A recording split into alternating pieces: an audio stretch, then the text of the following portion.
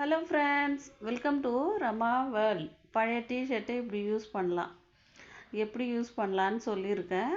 Video skip பண்ணாமல் பாருங்கள் friends. இந்த ஸ்லீவ் இருக்கிற பக்கம் கட் பண்ணிக்கிறேன். இது ஸ்லீவ்லெஸ்ஸாக கூட வேறு யாராவது யூஸ் பண்ணலாம்.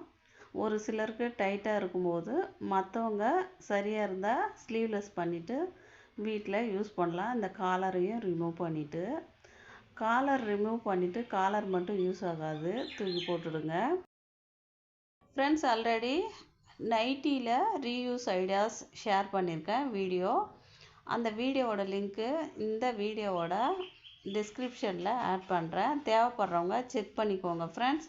அது ரொம்பவே யூஸ்ஃபுல்லாக இருக்கும். ஃப்ரெண்ட்ஸ், இப்போ தான் நீங்கள் ஃபஸ்ட் டைம் என்னோடய சேனல் பார்க்குறீங்கன்னா ப்ளீஸ் சப்ஸ்கிரைப் பண்ணிக்கோங்க. சப்ஸ்கிரைப் பண்ணிவிட்டு பெல் ஐக்கான் கிளிக் பண்ணி விடுங்க. அப்போ தான் நான் போடுற வீடியோஸ் நோட்டிஃபிகேஷனில் கிடைக்கும். இப்போது கட் பண்ணியாச்சு. கட் பண்ணதுக்கப்புறம் இந்த மாதிரி இருக்குது இல்லைங்களா? இப்போது இந்த டிஷர்ட்டை நம்ம பாத்திரம் கழுவும் இல்லைங்களா? கழுவும்போது ஏப்ரான் மாதிரி கூட யூஸ் பண்ணலாம், சரிங்களா? இப்போது பார்க்கறதுக்கு இப்படி தான் இருக்குது, சரிங்களா?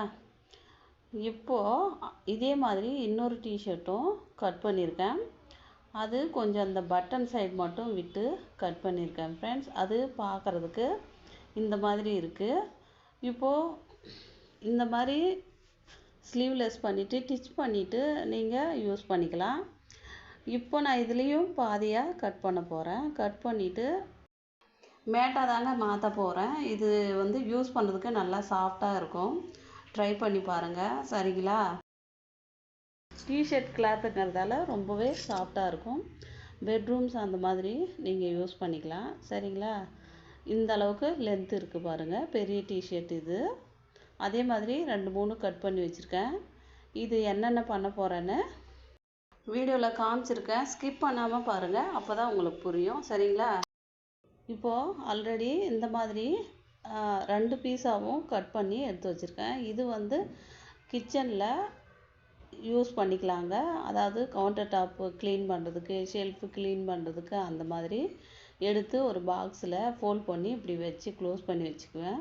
நீட்டாகவும் இருக்கும் க்ளோஸ் பண்ணி வைக்கிறதால. வேணுங்கிற இடத்துல யூஸ் பண்ணிக்கலாம். இது டிஷர்ட்டில் கட் பண்ண கை. இது எதுக்குன்னா நம்ம கண்ணாடி துடைப்போம் இல்லைங்களா? சாஃப்டாக இருக்கும் கிளாத்து. இதை வச்சு நம்ம கண்ணாடி துடைச்சிக்கலாம், சரிங்களா? இப்போ பாருங்கள், கவுண்டர் டாப்பில் ஒரு கிளாத்தும் ஷெல்ஃபில் ஒரு கிளாத்தும் வச்சுருக்கேன். இப்போ பாருங்கள், நம்ம கட் பண்ணி எடுத்து வச்சோம் இல்லைங்களா? அந்த டிஷர்ட்டில் டிச் பண்ணியாச்சு. டபுள் ஸ்டிச் போட்டிருக்கேன். வெல்க்ரோ வருது இல்லைங்களா? அதை வச்சு டிச் பண்ணியாச்சு 2 சைடும். நம்ம ஃபில்லோ இன்சர்ட் பண்ணிவிட்டு இப்படி ப்ரெஸ் பண்ணி விடணும். அப்போது ஓப்பன் ஆகாது. இப்போது அடுத்த டிஷர்ட்டில் லென்த்தாகவே வெல்க்ரோ வச்சு டிச் பண்ணியாச்சுங்க. இதுவும் டபுள் ஸ்டிச் போட்டு மிடில் ஒரு ஸ்டிச் போட்டு பண்ணியிருக்கேன். 3 லைன்ஸ் தெரியுது பாருங்கள். இது சேஃபாக இருக்கும். இந்த மாதிரி டிச் பண்ணும்போது வெல்க்ரோ பிரிஞ்சு வராதுங்க. இந்த மாதிரி டிஷர்ட்ஸு நீங்கள் யூஸ் பண்ணிக்கலாம். இப்போ அடுத்த டிஷர்ட் கட் பண்ண இல்லைங்களா? இதில் பழைய பெட்ஷீட் எடுத்து வச்சுருக்கேன்.